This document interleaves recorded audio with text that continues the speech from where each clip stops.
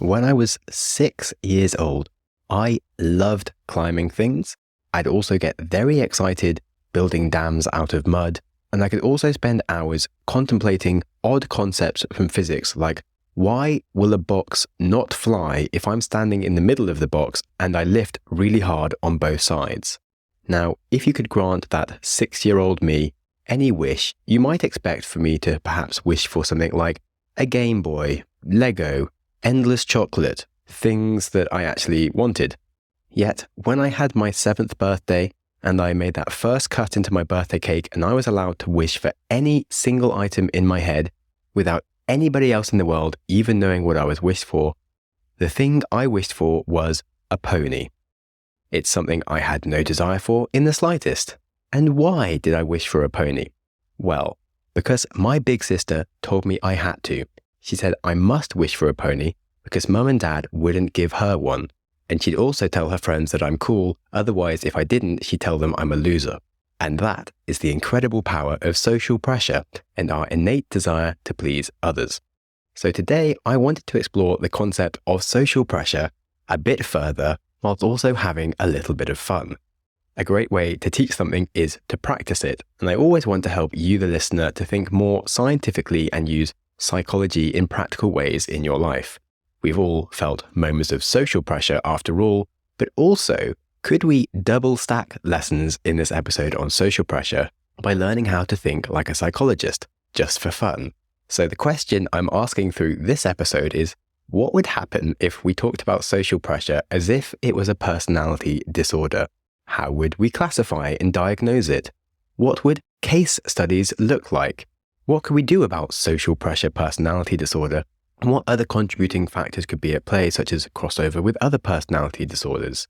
So, hello and welcome to the Growth Mindset Podcast with me, Sam Webster Harris, and stay tuned for a fun episode that should help you become less prone to social pressure problems and to also think like a psychologist. The Cozy Earth Mother's Day sale is here.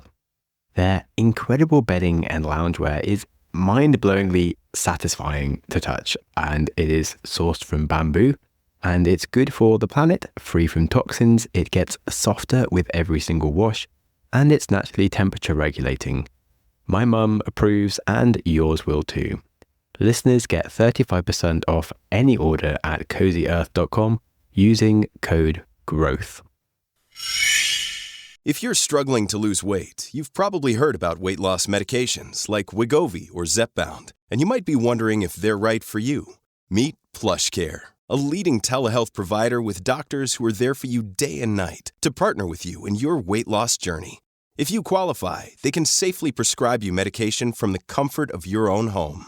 To get started, visit plushcare.com/weightloss. That's plushcare.com/weightloss. plushcare.com/weightloss. As social pressure isn't a scientific term, we should attempt to first classify it more standardly.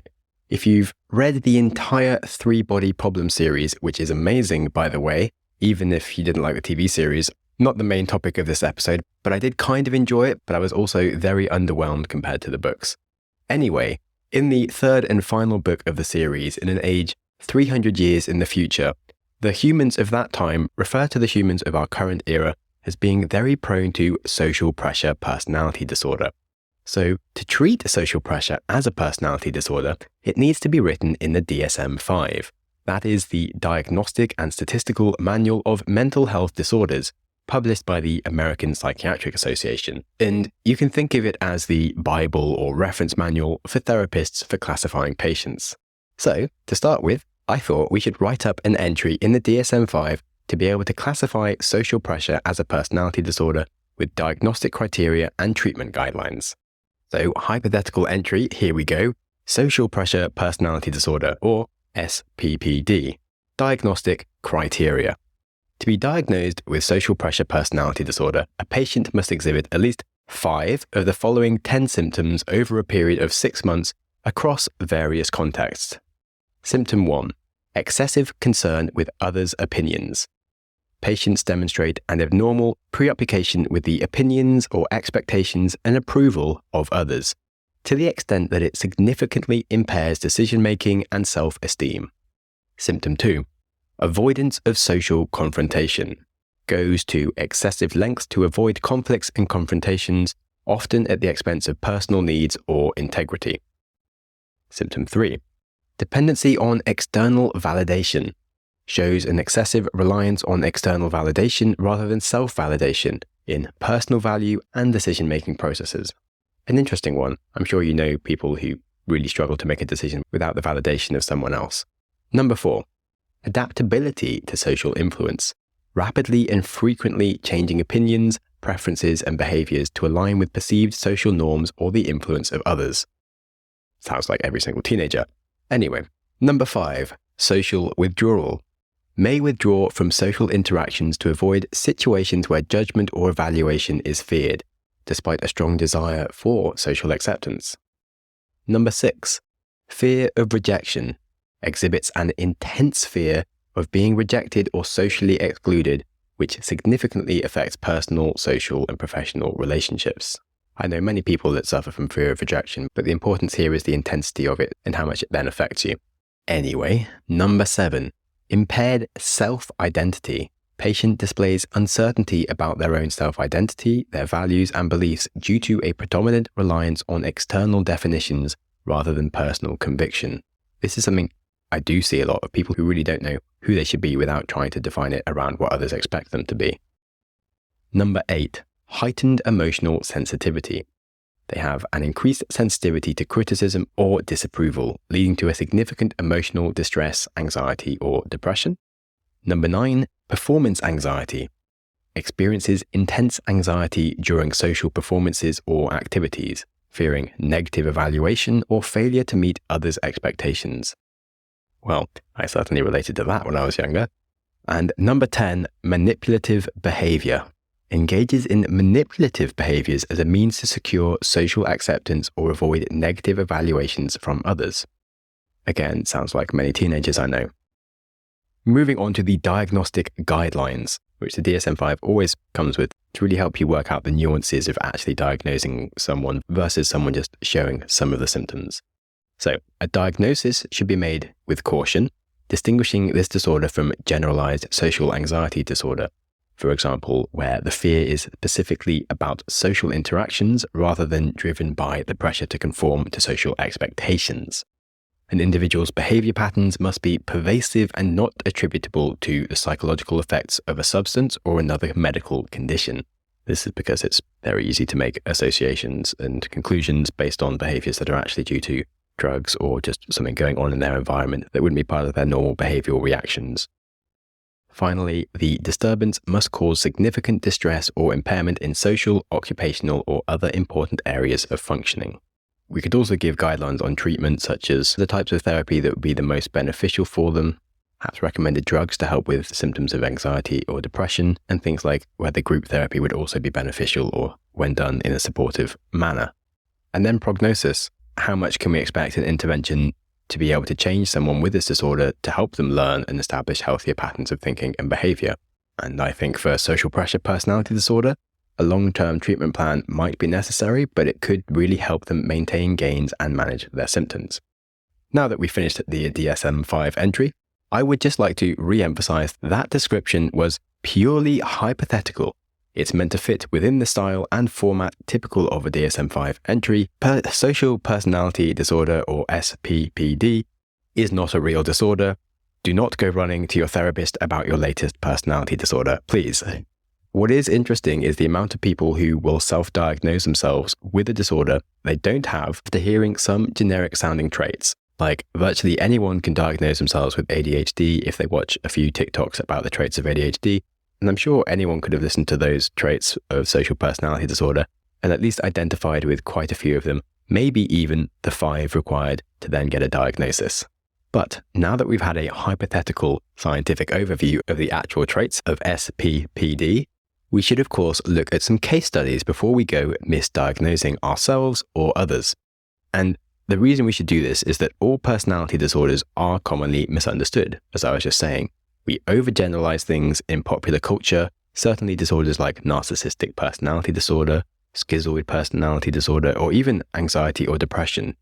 These are really big and deep things going on and affecting people right in front of us, who we'd never even notice have this problem. And yet, someone else might have like one trait or one symptom, and we'll in our heads diagnose them straight away as being a narcissist when they really don't have that disorder. So case studies are a great way to help emphasize and understand the realities of someone's experience beyond just the diagnostic traits. And we'll also find that disorders manifest themselves very differently from the same underlying disorder.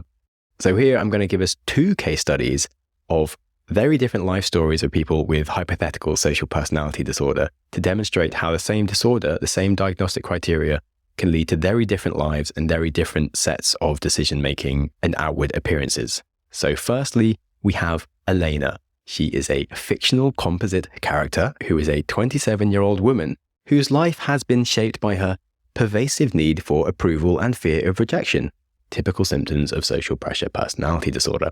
She works in a mid-sized marketing firm, a job she chose not because of her interests, but because her parents believed it offered a stable career path and it was well regarded by their social circle. In terms of early signs and development, from a young age, Elena displayed an acute sensitivity to the reactions and opinions of others. She chose her college major in business primarily to please her parents and align with her peers' choices, despite having a genuine interest in art. Her fear of disappointing those around her led her to abandon her dream of becoming a painter. When it comes to social interactions and relationships, Elena's decisions have been heavily influenced by her peers. She often changes her stance on various issues from political opinions to personal preferences to match those of her company at the moment. This chameleon-like adaptability makes it difficult for her to form genuine connections and leaves her feeling isolated and hollow, despite being frequently surrounded by many friends. In her career and day-to-day life, Elena is known for her agreeableness. She never challenges her superiors or proposes innovative ideas, fearing that standing out might lead to criticism or rejection. This behavior has really stunted her career growth, trapping her in middle management where she feels safe yet unfulfilled. And if we look at the impact of SPPD on her decision-making, Elena's romantic life also mirrors all these characteristics of SPPD. She has stayed in a long-term relationship with a partner who is rather emotionally distant because her friends consider him a good match. Breaking up with him would mean facing the questions of her friends and some possible disapproval. Her choices from where to dine to what to wear are dictated by an overarching fear of judgment rather than her own desires. And you can see here we're really getting an impression of a person who doesn't know who they are, doesn't have boundaries, doesn't have a direction, and is on course for a forgettable life. So, therapy and interventions. Eventually, the cumulative stress of living a life that isn't her own leads Elena to seek therapy. She was initially resistant with her therapist, siding with the rest of the social pressure from everyone else versus her therapist, but she does eventually start to open up about her lack of self-direction and overwhelming fear of social reprisal. Though, through cognitive behavioral therapy, Elena begins to work on building an internal value system, which reduces her dependency on external validation. Group therapy sessions help her realize that she is not alone and that others do struggle with similar issues. Whilst her progress is slow, Elena does start setting small personal goals that align more closely with her real true interests, such as taking some evening art classes. She starts to learn to tolerate discomfort of not always fitting in or meeting others' expectations, and can even get some pleasure of choosing her own desires over pleasing others. Although she still struggles with the urge to conform, therapy has helped her understand the importance of authenticity in her happiness and mental health. Okay, that was one way that SPPD could hypothetically manifest in someone, and perhaps disturbingly, it sounds like quite a few people I know. Now, let's look at a different case study to show the point of how differently the same hypothetical disorder could manifest. Liam is a 42-year-old IT consultant, and he epitomizes another facet of social pressure personality disorder, SPPD. Unlike Elena, who passively conforms to avoid disapproval, Liam's story is marked by an aggressive pursuit of social status and acceptance, which deeply influences his life decisions and his personal happiness. In his early life and background, he grew up in a competitive household where success was measured strictly by achievements. Liam learned early to value external validation over his personal satisfaction. His parents praised him only for winning and achieving top results, which instilled a deep-seated fear of failure or rejection. When it came to career and lifestyle choices, he was driven by the need to impress and be acknowledged. Liam chose a career in IT consulting not out of any passion for the technology, but because it was seen as a prestigious and lucrative field. He relentlessly pushes for promotions and accolades, often at the expense of his health and personal ethics. Despite his high income, and at least for some, his high status, Liam feels trapped in a career that he has little interest in. In terms of social dynamics and relationships, socially, Liam exhibits a pattern of manipulative behavior, often curating his friendships based on how beneficial they are for his image and career prospects. He hosts extravagant parties and participates in high-status activities, constantly updating his social media to project an image of success and belonging.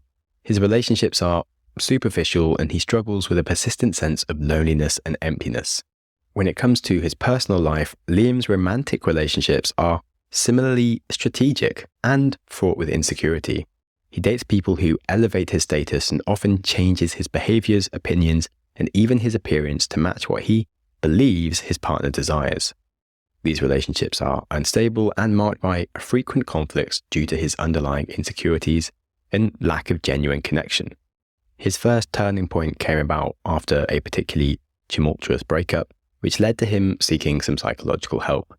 In therapy, he began to confront just the exhausting nature of his life, a constant performance for the sake of others. CBT sessions did focus on identifying his intrinsic values and interests separate from societal expectations. He struggled more than Elena did in therapy due to his deeply ingrained habits of comparison and competition. However, mindfulness techniques and group therapy did gradually help him appreciate the importance of authenticity over approval. He manages to begin exploring some hobbies that genuinely interest him, such as photography, which he had previously avoided thinking about because they didn't seem very impressive. His path to recovery is long, bumpy, and full of setbacks, but he does experience some moments of genuine satisfaction and self-acceptance. And his story certainly highlights that the intense pressure of living a life defined by social expectations and the importantly rewarding but challenging journey towards self-discovery and authenticity is worth it. I shared both of these theoretical case studies an example of how a single disorder can show up so differently. Certainly, Elena and Liam seemed like two very, very completely opposite people almost. When we observe a single behavior in someone, we can be so quick to explain the reason behind it, yet it truly takes a very long time to understand someone. A good therapist might take several months of working with the client to confirm a diagnosis of narcissistic personality disorder, for example. Yet, in life, I'll hear someone call someone else a narcissist after having one argument with them, and I really wanted to highlight the importance of being more open-minded when we look at others, or of course ourselves. And then, more generally, I do find the concept of social pressure fascinating because it is a problem that affects me and many people. When I spoke about the symptoms earlier, it seems like 90% of teenagers have half of them. And it's incredible how manipulated we can be by how we want to be perceived. And I thought it was cool to give two different examples of personalities and how they might have at least a few traits that you perhaps recognize in yourself. Of course, social pressure personality disorder is not a real disorder, but being easily swayed by social pressure is a weakness worth working on, and it might be coming from a lack of boundaries, too much ego, or a fundamental desire to just fit in. I would recommend the episode I did a few months ago on boundaries as a deep dive, if any of that part is resonating with you. Look, Bumble knows you're exhausted by dating. All the, must not take yourself too seriously, and 6'1" since that matters, and what do I even say other than, hey? Well, that's why they're introducing an all-new Bumble, with exciting features to make compatibility easier, starting the chat better, and dating safer. They've changed, so you don't have to. Download the new Bumble now. Now, how does this fit in with other disorders? It is a hypothetical disorder, but SPPD does share symptoms with several established personality and mental health disorders. Here are some disorders that could be easily confused with SPPD, or could potentially contribute to its development. 1. Avoidant personality disorder. Both disorders involve a high level of anxiety about being criticized or rejected by others. Individuals with either disorder may avoid social situations or relationships due to fears of rejection or inadequacy. However, avoidant personality disorder focuses more on an avoidance due to feelings of personal inadequacy and sensitivity to rejection, whilst SPPD is characterized by excessive adaptation and conformity to avoid disapproval and ensure acceptance. Then we have dependent personality disorder. Both dependent personality disorder and SPPD involve a strong desire to please others, and combined with fears of separation or rejection. People with either condition might show a submissive or clinging behavior from a desire to feel more secure. However, dependent personality disorder is more about a need to be taken care of and a difficulty in making independent decisions, whereas SPPD centers on the need for social approval and fear of social disapproval. Then we have borderline personality disorder. Individuals with borderline often experience intense fears of abandonment, which can lead them to engage in behaviors similar to those seen in SPPD, such as rapidly shifting their opinions to match those of the people around them. However, borderline is characterized by a broader range of symptoms, including unstable relationships, self-image, as well as impulsive behaviors. The conformity drive in SPPD is more focused on social approval and less on the internal turmoil. Before I get into an endless list of different disorders, I'll just quickly summarize a few others. Social anxiety disorder, like SPPD, involves significant distress in social situations due to fears of negative evaluation by others. But social anxiety is really focused on just like the fear of embarrassment without a broad pattern of changing personal behaviors. Narcissistic personality disorder could be compared because both seek approval and admiration from others, similar to the pursuit of external validation seen from social pressure. But people with narcissistic personality disorder typically have an inflated self-image and lack empathy, which is different from the insecurity and high adaptability to other people's expectations, which is seen in SPPD. And then finally, generalized anxiety disorder. That involves pervasive and excessive worry that could cover a wide range of topics, of course, including social acceptance. But the worry in generalized anxiety disorder is much more diffuse and not specifically centered on only social approval or conformity, and involves many aspects of someone's life. So, if you were trying to diagnose SPPD in yourself or others, understanding the similarities and differences would be crucial for a clinician to accurately diagnose and treat individuals showing symptoms similar to the ones we've hypothesized for SPPD. And you really need to have an accurate diagnosis because that means you can give an appropriate treatment. And the treatment can vary significantly among different disorders, especially in the focus and methods of psychotherapy and medication management. And now, moving on to what should we do ourselves if we do have a problem with our social pressure. Whether we might want to call it a personality disorder or not is up to us, but we all have an inbuilt natural instinct to conform to social pressure. The important thing is having a healthy relationship with it and improving the behaviors that are negative. Someone with a growth mindset should be able to effectively manage and potentially reduce the challenges associated with trying to conform to social pressure too much. Firstly, they would embrace challenges and seek out situations that are mildly uncomfortable socially. Doing this would help gradually desensitize themselves to the fear of rejection or disapproval, and they'd be able to learn to view these experiences as opportunities to learn and grow rather than treating them as threats to avoid. Then, with a growth mindset, you also persist in the face of setbacks, and you would continue engaging in social situations even after experiences of disapproval or rejection, because you would understand that these are parts of the learning process. With a growth mindset, you always remember that setbacks are normal and a necessary part of personal development, and there's no reason to retreat just because things go a bit wrong. And then when it comes to effort, we really embrace effort as a path to mastery. So when it comes to social pressure, we should practice our own self-expression and our own authenticity deliberately in various settings, such as with friends, family, or at work, to strengthen our own sense of self and our identity. And then there's a topic of criticism. We should learn to embrace criticism and respond positively to it. Reflect on any type of critical feedback objectively, distinguishing constructive insights from just harmful negativity. Ultimately, criticism is valuable information that can guide our own development, and we shouldn't let negative comments define our own self-worth. Then, how do we look at others? We should be inspired by successful people rather than jealous or envious. We shouldn't try to conform to the expectations of someone else's success or feel threatened by their achievements. We should just look at people who demonstrate authenticity and independence as role models rather than wanting to replicate their exact identity. Just find people that really celebrate their own identity and try to do your own version of that. And that leads to the final task of developing a stronger sense of self. Building your own identity by engaging in activities and hobbies that interest you. And if you don't think you have any interests, just try a lot of different ones and see what sparks them. I'd never tried rollerblading before, but someone took me rollerblading. I liked it.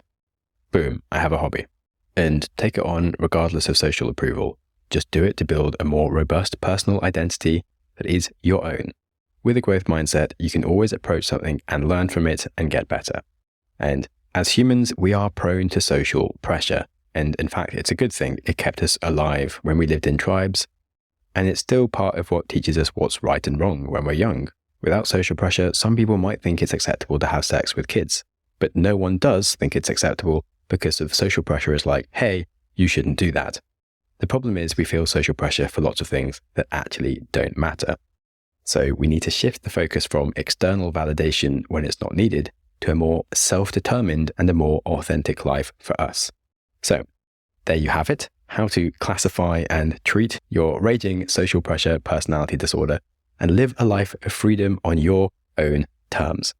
Thanks for listening, and also thanks to Qin Liu, the author of The 3-Body Problem, for treating the concept of social pressure as an actual personality disorder. I did really enjoy putting this together, and I did actually scare myself a few times on the eerie amount of people I know that actually fall into some of the treatment criteria. So it did make me think the social pressure is more of a problem that we should take seriously. But then it also aligns, of course, with many things like ego and just understanding who you are and building your own identity. So I thought that was really cool. If you enjoyed the format, then let me know, as I might do a few more scientific deep dives into real disorders, or perhaps just some other afflictions that humans deal with, but how to think of them as if they were actual disorders to treat. If you do have any friends who you think might have social pressure personality disorder, and they need to start thinking more independently, do share this episode with them, because they'll obviously listen to it because they couldn't say no to you, and I can always handle more listeners. If you had fun at all, then do leave me a good review. That's nice. And remember that life is too short to be living it on other people's terms. So live your own life how you want to and stop worrying about other people. Just be kind to yourself and try to be kind to others as well when it suits.